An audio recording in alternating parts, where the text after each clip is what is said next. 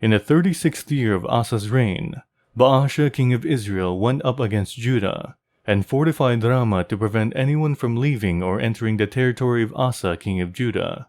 Asa then took the silver and gold out of the treasuries of the Lord's temple and of his own palace, and sent it to Ben-Hadad, king of Aram, who was ruling in Damascus. "Let there be a treaty between me and you," he said, as there was between my father and your father. "See, I am sending you silver and gold. Now break your treaty with Baasha, king of Israel, so he will withdraw from me." Ben-Hadad agreed with King Asa and sent the commanders of his forces against the towns of Israel.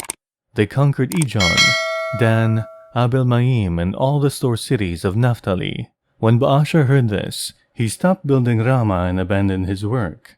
Then King Asa brought all the men of Judah and carried away from Ramah the stones and timber Baasha had been using. With them he built up Geba and Mizpah.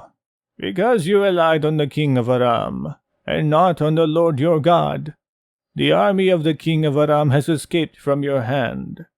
Were not the Cushites and Libyans a mighty army, with great numbers of chariots and horsemen?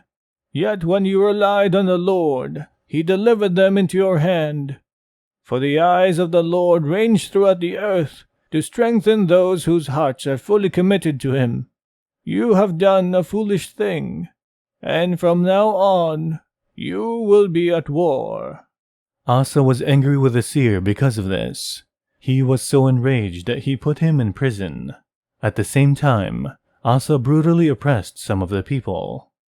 The events of Asa's reign from beginning to end are written in the book of the kings of Judah and Israel.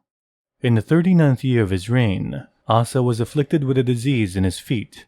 Though his disease was severe, even in his illness, he did not seek help from the Lord, but only from the physicians.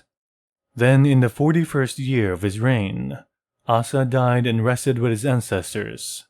They buried him in the tomb that he had cut out for himself in the city of David. They laid him on a bier covered with spices and various blended perfumes, and they made a huge fire in his honor.